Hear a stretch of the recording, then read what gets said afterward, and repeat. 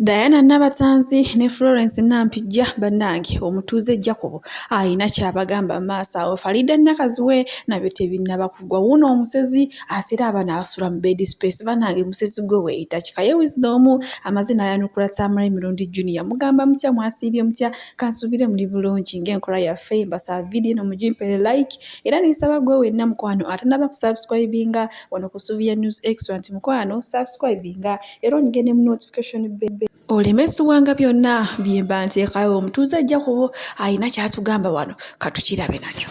Bawala kibi abayinza kati image wise bawala kibi bogamba nti mwe gwe wake up Farida avuddewo. Of course mutayimu mubulamu ono wavaawo awadde balala mukisa. Manyi abakazi Florence Nampijja y'omulaba. Florence Nampijja y'omu ku bapresenter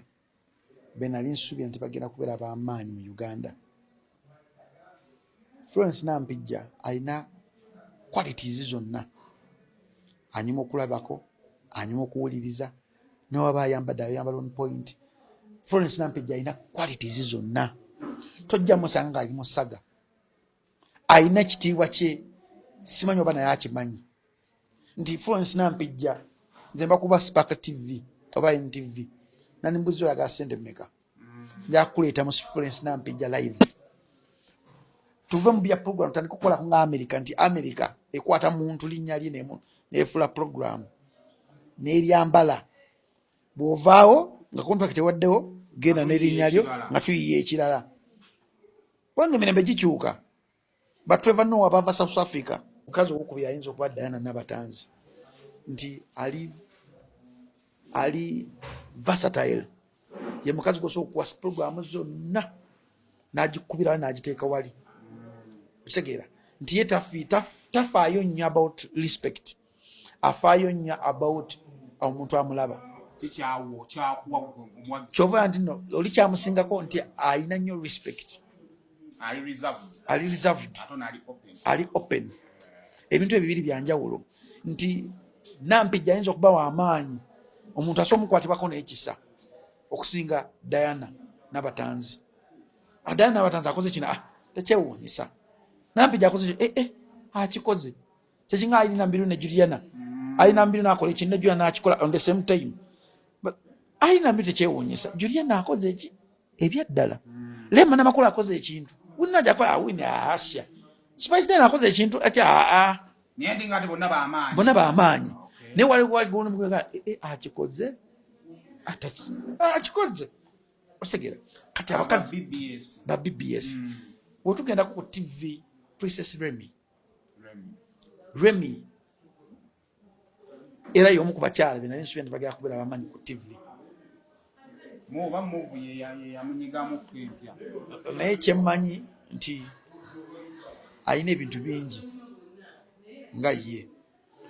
yagerako mu firimu nga yakazijoyiningamu zetaaga obudde ozitegeera n'okumankinga abakazi abali mu firimu industry bafaanagana n'okulwana nabo brand yebere visible si kyangu nnyo ekyo. So oyinaye mwamuka excuse bino TV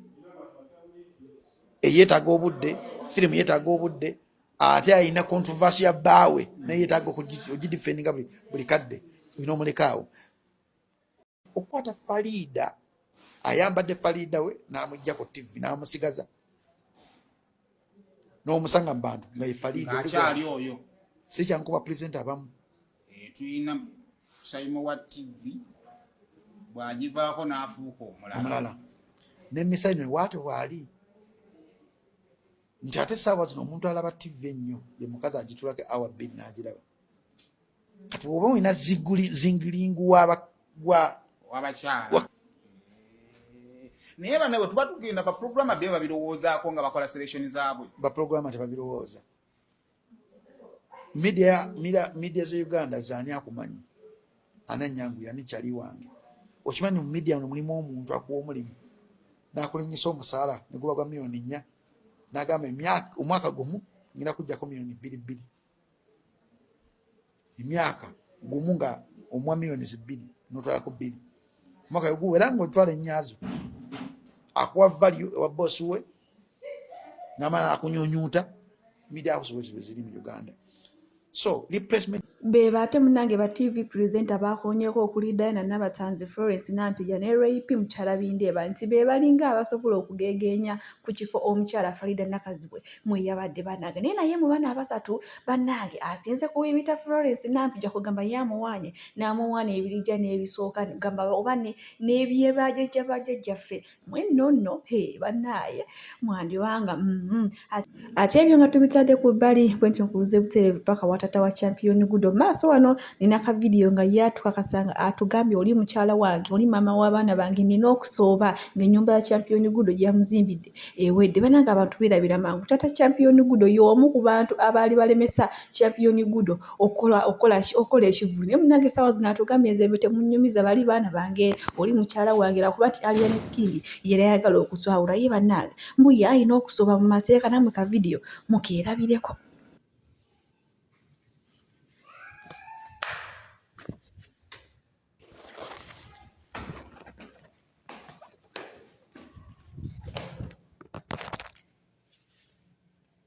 Banne bagenda kukola kunoonya ssente kyokka ate ye yagenda kuseera busezi banne bannange bye biri mu sayidi eze yateewa Omusezi naye mama omulogo ye waswape aseera ataddeko Garubindi ate yeekaye Wisdom amazina ayanukula Tamara emirundi Junior bannange kyamukoze ka video katukalabe kyokka bano nekyewuunyisa baali bamukwalo nga bonna balya ku kimu naye mama interview ya Saimo official ye yabaawula katulabe kyamugamba naye wuliriza lujja wobanga ozze wa Wisdom tojja na buli buvubuka bubeerawo kuba bakuli mu bakazi kufuna ssente oba ozze wa Wisdom yakulira kuserira aka tofaayo waliwo kati bannaye lujja yamba n'abantu singa onjirayo ekifaananyi nakuba oluyimba 10 years ago balita bwenzijukira mugende ku YouTube channel ka Wisdom official balita bwenzijukira Benz my first car Benz no first car yange mulamu yali kosa ne Benz yajinguza wali bawo muyimbi wa gospel bamita Joy Tend ya 2 eyes myaka 12 emabega nali nguze Benz erina mu luyimbo olwo twagirinya nako waggulu it was my car ne yajinguza akyali mulamu. Kati ekibuuzo neewuunya omuntu okulaga emmotoka ne mmulaba nti nno kyakabi wamusegera nga ffe twakiraga tulina emyaka emeka 23 years ng'ovuga Benz aye nga tebagituwadde kubanga nze bazadde bange baafa dda ewa maama wange sinze nasikirawo era waabawala ze n'enzimba ewange era nga Kampala eri gye bavuma ku bisaawo tewali tabu kasanawo wange naye kati oli nagamba kubanga onanvuma alina emyaka 29 nze nyina 34 ku myaka 23 nali nvuga Benz nga ebba wa Joy Tend muyimbi wa gospel wakabi ye yajinguza. Kati ekibuuzo of the two lujja nawe salawo mwana lwaki gwe wuliriza muganda wange Tony omanyawo nedda sokolindeko tona ati omono yagambye nti banvuma kati mbuuze ekibuuzo tone wama gamba abantu bagende tofaayo anti kati wuliriza tugenda kubala mu myaka 23 tofaayo ati ekyo kizeemu toddamu kyenzeemu ojja kubanga bamuuje kizeemu nkwadde example amatoni nti Sam Kuteesa yali minisita mu government y'Obote Museveni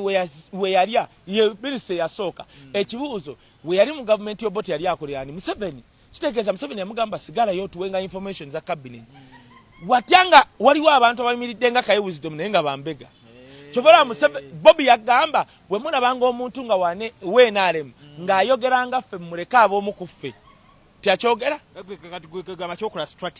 gwe tofaayo oba strategy kireke gende yampa omulimu omubuuze assignment ya Wisdom ki lujja okola ku TV yakabi otegeera tolinga bali nkugambye abagwe bakuli ekyo kimu ekyokubiri tuzze ku myaka tone nze oluyimba eyanguze emmotoka waali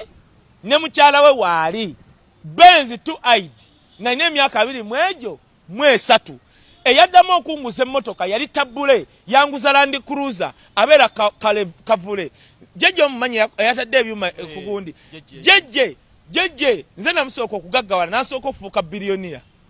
nga tuli bavubuka bebwayise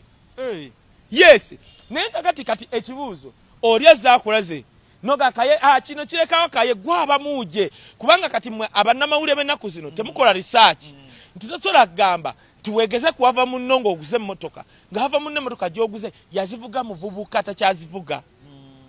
neka ebyo bikulya ate bindya ne tubyogerako just kuyigiriza abantu segede lujja tone wamasitegereka just tuyigiriza abantu tiwaliwo stage gy'ovaamu abamu tebatumanyi batutegedde muko kati abayo kati wamarujja ndi board director wa Uganda